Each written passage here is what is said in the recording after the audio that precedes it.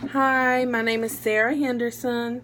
I'm a fourth grade teacher, elementary teacher, and I'm going to talk about today some dispositions that are going to help me as a teacher and that have helped me already become a better teacher. So I think the first one is having knowledge, knowing what you're teaching, having content knowledge. Studying ahead of time what you're going to be able to teach so that the kids may have a better understanding. Always being on time is another important factor. Being there every day. Attendance. Kids look at that. So as part of being a professional, we need to act professional, look professional, greeting kids at the door with a smile on our face, asking how their weekend was or how their evening was when they went home. Just showing compassion, that's another factor. Showing our kids that we love them and showing interest. Asking them about sports that they play and going to their games and just being interested in what they like. Shows them that we love them and we care about them. Another important factor is getting to know the family. I know I had talked to one parent and she told me that her son liked ATVs and he liked race cars. So I got on Raz Kids and I looked up some articles about ATVs and race cars, and I assigned it to this student so he could read it. He was struggling in reading, so this here has helped him. Just by getting a little bit of information from the parents makes a difference, because we as teachers need to learn what our students' interests are.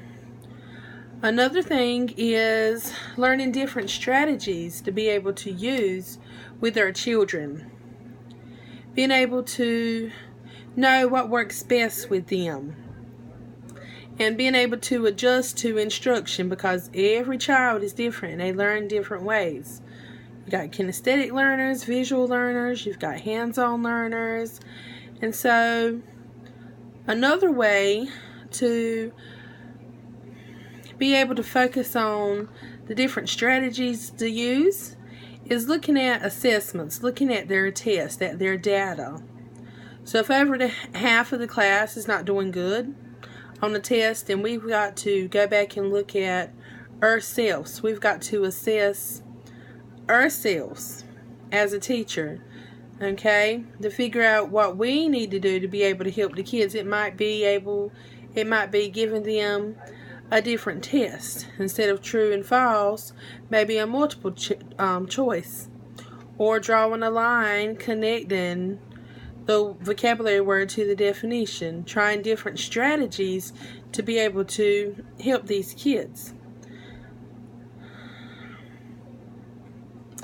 I know sometimes there is bias, and we should not have bias. That is treating people differently, not fair. Maybe if there is a certain gender or race some people prefer and they treat that child different, that's called bias. We should always treat our children fair. What we do for one, we do for all of them. I always have different helpers each week. I make sure that everyone gets a chance to be a helper.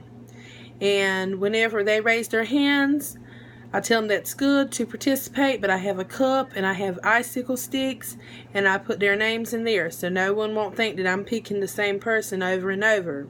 So when I pull out my icicles, their names on that stick, they know, that I'm not treating anyone different. I'm treating all of them the same.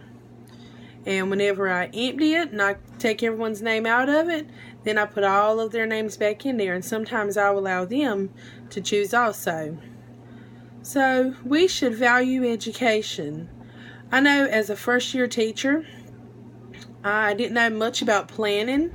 So that's very important for first year teachers to be able to know how to plan.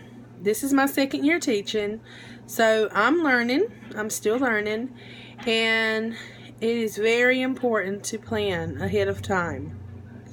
To go ahead and plan. I teach 4 subjects. I'm self-contained. I'm with 21 kids all day, and so a week ahead of time, I have to plan what I'm going to teach in each subject. I have to get my resources out, try to figure out what I'm going to do in small groups, any fun activities, any hands-on activities. I need to go ahead and write down what I'm going to assign them for homework or any information at all. I have those already written out, so whenever I plan and I do my lesson plans, I have all of that information available. Page numbers, I have my Common Core state standards, so I can put that on the board, or if the principal comes in, I have my lesson plans, I have my standards on there, and the content that I am teaching, or the resources that I am using, or any activities that I'm doing, like YouTube, iReady, Raz Kids, or small groups. So all of this information has helped me.